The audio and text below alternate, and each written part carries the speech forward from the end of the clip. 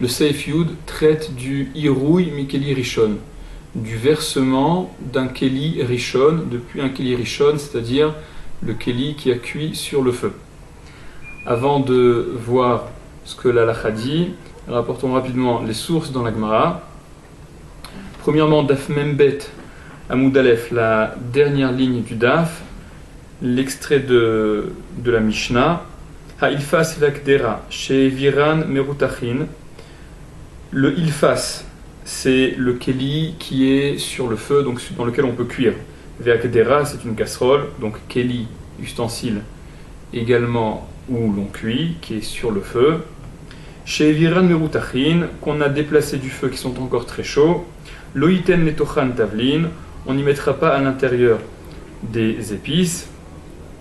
une fois Shabbat, parce que Rashi dit c'est un Keli Rishon, et le Keli Rishon, tant qu'il est chaud, il est Mevachel, il cuit. Aval, mais Noten hu letoch ha-ke'ara ou letoch ha-tamchouy, par contre, ces épices, on pourrait les mettre à l'intérieur de la ke'ara, de l'assiette, ou du tamchouy, c'est une espèce de bocal dans lequel on a transvasé. Quoi qu'il en soit, la ke'ara comme le tamchouy, ce sont donc deux kelim dans lesquels on a transvasé le contenu du Keli Rishon, et n'étant pas eux-mêmes des Keli Rishon, on peut y mettre des tavlines, des épices, puisque le Keli Rishon, le Keli Sheni, ne cuit pas. Ça, c'est l'extrait de la Mishnah d'Af Membet. Il y a une autre Mishnah qu'on a déjà citée, d'Af Kuf Memhe Amoud Bet, qui est rapporté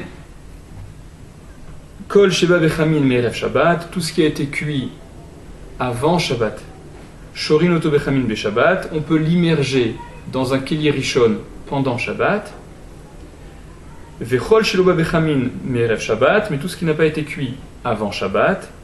Mais Dichin Oto Bechamin Be Shabbat, on peut le rincer pendant Shabbat.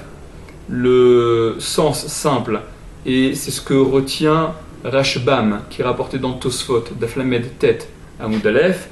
c'est que Medichinoto, on peut le rincer à partir de ce même Keli qui est un Keli Rishon. On ne peut pas l'immerger dans ce Keli Rishon, mais par contre on peut rincer à partir de Keli Rishon. Ça c'est ce que Rashbam, rapporté dans Tosfot, d'Aflamed Tet,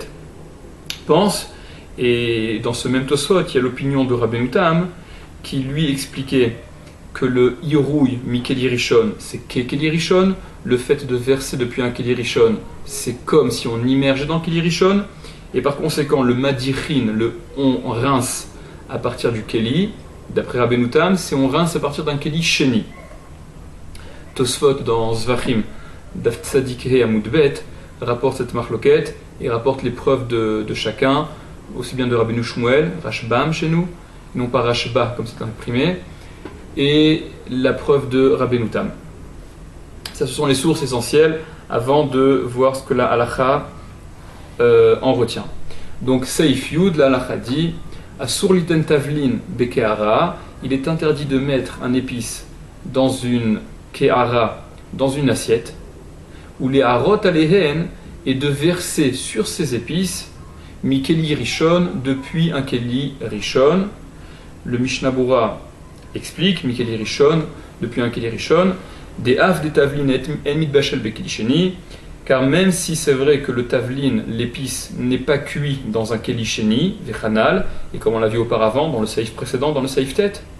mikol makom de toute manière, ha irouy mikeli rishon, le irouy du Keli Rishon, le fait de verser depuis Keli Rishon, kaimalan, nous tenons la halakha, des umevachel kedeklipa, qu'il est mévachel au moins kedeklipa, c'est-à-dire la surface extérieure, l'écorce. Va afilou bediavad, et poursuit le Mishnah Bura en rapportant ce que dit le Magan Avraham.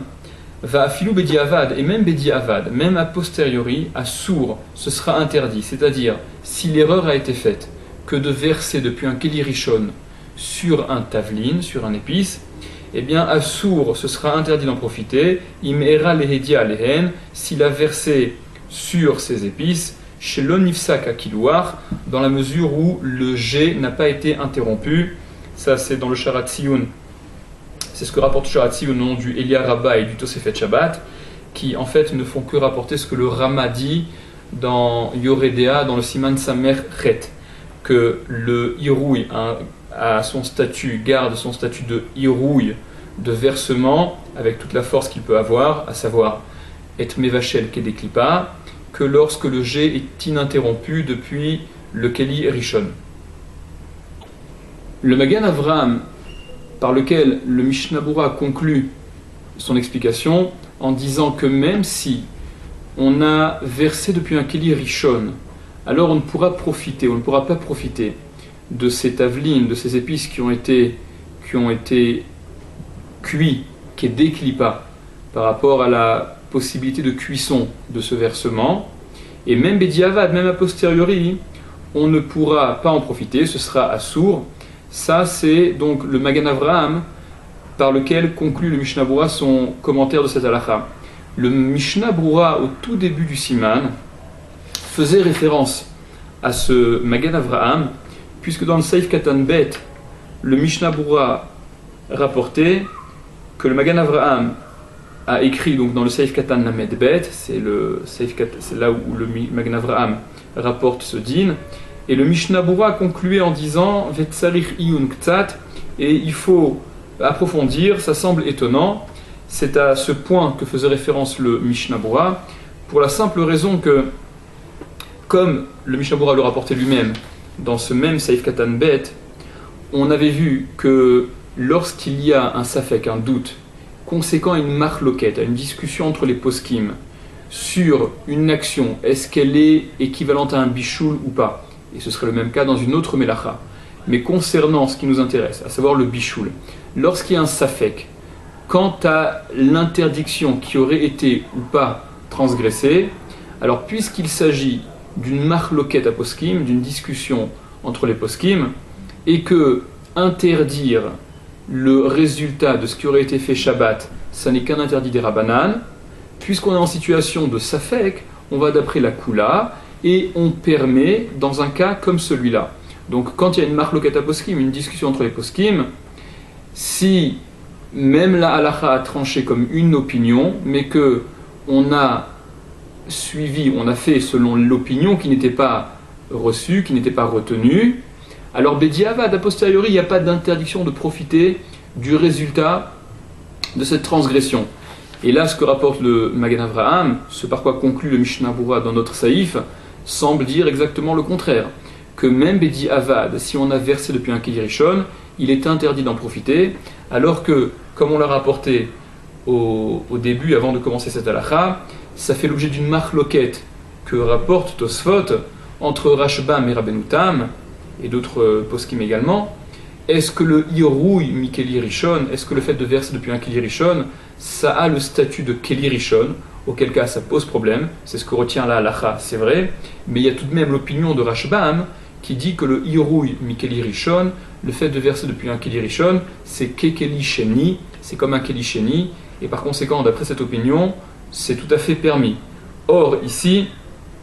le Magan Avraham ne permet pas, et c'est par cela que conclut le Mishnah Berurah. Le Sefer Tosefet Ohel relève ce point, et il veut expliquer que tout ce que le Magan Avraham et le Pri Megadim tiennent, que en effet, on va permettre a posteriori, après coup, lorsqu'il y a un point qui est débattu entre les poskim, ça n'est qu'à deux conditions, à savoir lorsque le Issour est Midei Rabbanan, lorsqu'il ne s'agit pas d'un Issour de la Torah, mais d'un Issour Midei Rabbanan, et que ceux qui sont en marloquette sont les Gdolei HaPoskim, les grands décisionnaires, des décisionnaires qui sont particulièrement importants. Pour plus de détails, s'en remettre encore une fois au Sefer Tosefet Ohel.